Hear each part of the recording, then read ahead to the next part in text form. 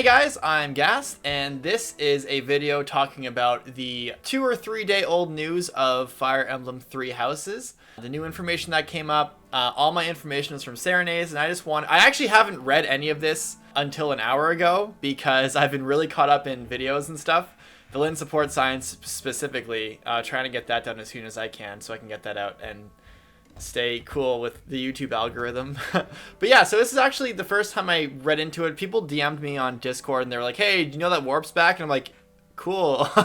Or like, hey, Terrain is this. I'm like, cool. And like, what do you think of the graphics? And I'm like, I don't know what you're talking about. Like, so all my sources are from Vincent ASM, the admin from Serenes Forest. The 2 or 3 articles that he put up the other day on the 24th and the 25th. And I'm not going to do any sort of breakdown, but I'm just going to be reading along the article and just kind of sharing my thoughts on what we now know about Les Trois Maisons. So in this article, the first blurb is this screenshot where it has the word Byleth, and it's pretty much saying their origins and how they're relevant to the story. Very Fire Emblem-esque. Byleth has strange dreams, sees a couple of kids getting jumped by bandits and tries to save them.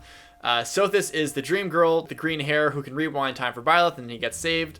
Byleth gets recognized for his heroics, and somehow him and his dad get an invite to Garrick Mock Monastery, and then they become teachers, I guess. So I'm kind of curious as to how like he goes from like a hero saving guy to like just the professor or the teacher. Given how the class promotion systems works, you'd think he'd need an interview or something. But maybe he doesn't. Maybe he's just that good. The next 2 pages of the Famitsu article goes and talks about the actual characters. Byleth, originally a mercenary for hire, but after their power awakened, they became a professor at the Officers' Academy. Their mother passed away, and they lived with their father, who once served as leader of the Knights of Serenes. At the start of the game, you can choose 2 appearances. Abilities are the same for both. He's Ike, but since he can actually teach people, he's Ike, but he's smart. He has the battle prowess of Ike, but the green hair of Soren, which ultimately combines the 2 into him becoming Byleth. Geralt is Grail memes, legendary figure, lots of parallels to Grail, so nothing really to say there. Sothis is, of course, the little lady who is apparently having some hardcore amnesia and can't remember why she's talking to Byleth. It wouldn't be an RPG without amnesia. It's a very classic thing, even for Fire Emblem. Like, every lord has some kind of amnesia, it feels like. Does No, Robin has amnesia. Corrin doesn't even know who he is, basically. Ike had amnesia. His mind was wiped. Maybe it was like a latter Fire Emblem thing. Because Marth never did. Gaiden Echoes never did. Sigurd never had it. Well, actually, no, Deirdre had it. At the end when she forgot who Sigurd was. Leaf never had it. Roy definitely didn't. Eliwood, Hector, nor Lynn had it. Sigurd Stone. You know what? It's kind of like a ladder Fire Emblem trope now. Interesting. I never really thought of it that way. Anyway, so Sothis, her art is that. Kind of pandering. I've seen definitely people who are pretty shook about the official art she has, that it panders to people. So I'm just kind of treating this kind of like Lilith 2.0, except that A, she's like way more important than Lilith, and B, probably she's not going to kill herself off because she can't appear in the physical world. So that's a good thing. Edelgard and Dimitri and Claude are pretty expected of what their description is, I suppose. Edelgard's description, an imperial princess who is promised the position of the next emperor. She's a talented woman with responsible and dignified heir to her. We all kind of saw that. Nothing really a big deal here.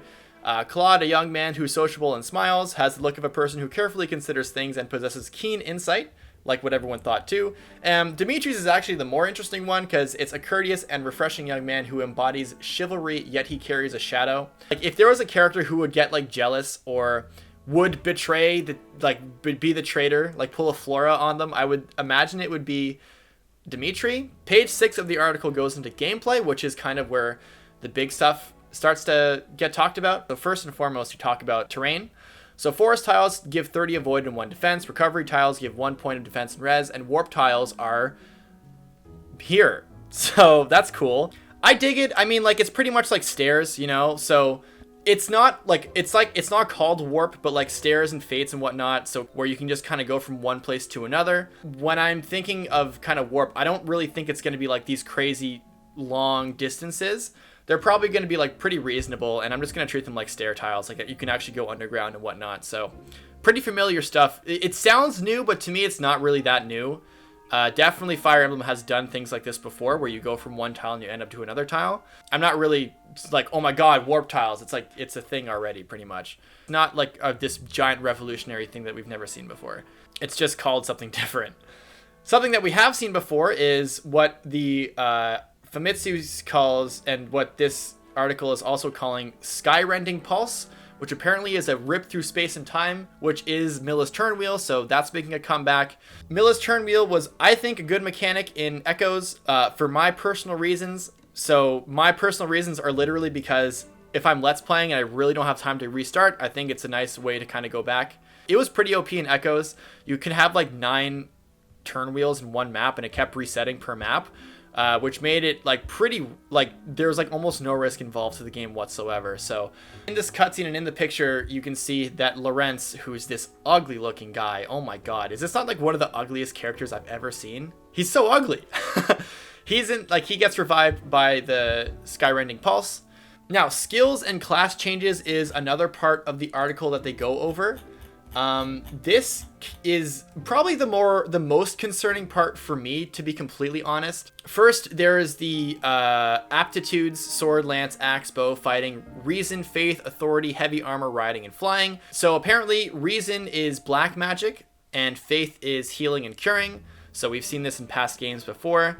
And if we go back to Edelgard, who, according to this screenshot, had some like 3 stars specifically in reason. Vincent's article wasn't really sure on what those that 3 dot symbol meant. It could be alluding to a potential class change that's unique to that character, unique to Edelgard. She has like a unique ability to learn certain magic based on reason that other nobles can't do. Maybe she has this unique niche where she can use axes and dark magic, which is kind of intense. If you think about it, it's traditionally like the 2 most powerful kind of magic and weapon types in Fire Emblem, so that'll be pretty cool. I have a feeling Edelgard is going to be just like insane at good, like just insanely good. I like the flexibility of this system. Of course, they are going to still have you kind of gear towards one unique character. It's like you wouldn't want to have Gray to be a mage because he has like nothing good as a mage at all. So it definitely can lend itself to replayability for sure. So no complaints there. I think that's kind of a direction that Fire Emblem as a franchise wants to go. A lot less limitations on where you can take a unit. In Fates especially, and in Awakening, you had so many supports and so many abilities to kind of go different directions with the unit, to the point where I don't know if it was the same thing in Awakening, but in Fates, any character can go into any class they wanted based on specific support pairings. So weapon weight is also back, but there is a twist to it. In the example here, Vincent says steel swords weigh 10 versus an iron sword with 5, but the steel sword is stronger and has more uses, and he comments that it's interesting. Historically, with weapon weight, usually if the weapon is kind of a better version of the previous one, the durability is less to emphasize conserving the uses. So in GBA, you had like an iron sword that had 45 uses and 6 weight. A steel sword had 35 uses and I want to say 8 weight. So there was like pluses and minuses to using a steel sword. So you wouldn't want to give a steel sword to like Guy or Matthew because his con would be so low that he would affect his speed. Path of Radiance and Radiant Dawn use strength stat to gauge weapon weight. I think con was just for rescuing.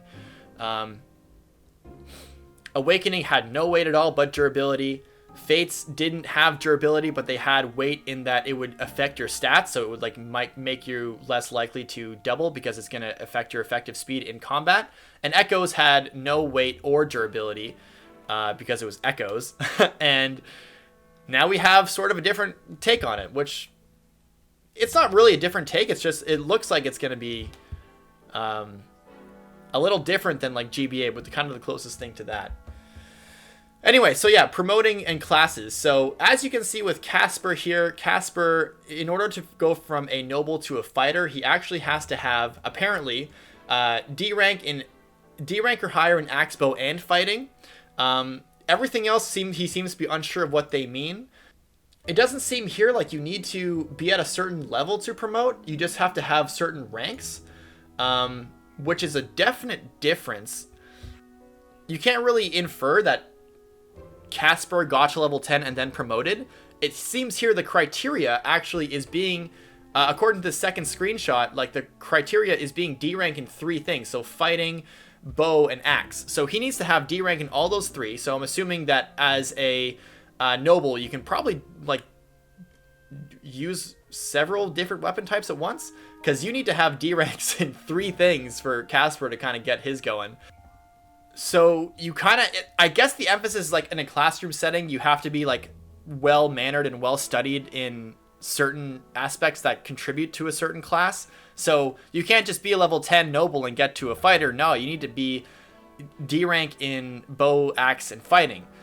My biggest concern for that is like how annoying that could possibly be, especially if you get to like the later classes where it's like, is it going to really demand that I get B rank in like, let's say axes, bow, and fighting, and maybe something else to get from like a fighter to a warrior? My personal opinion for this is I really have to see how it's going to feel, because my playstyle usually is I just tend to kind of stick with one weapon type that I dominate with.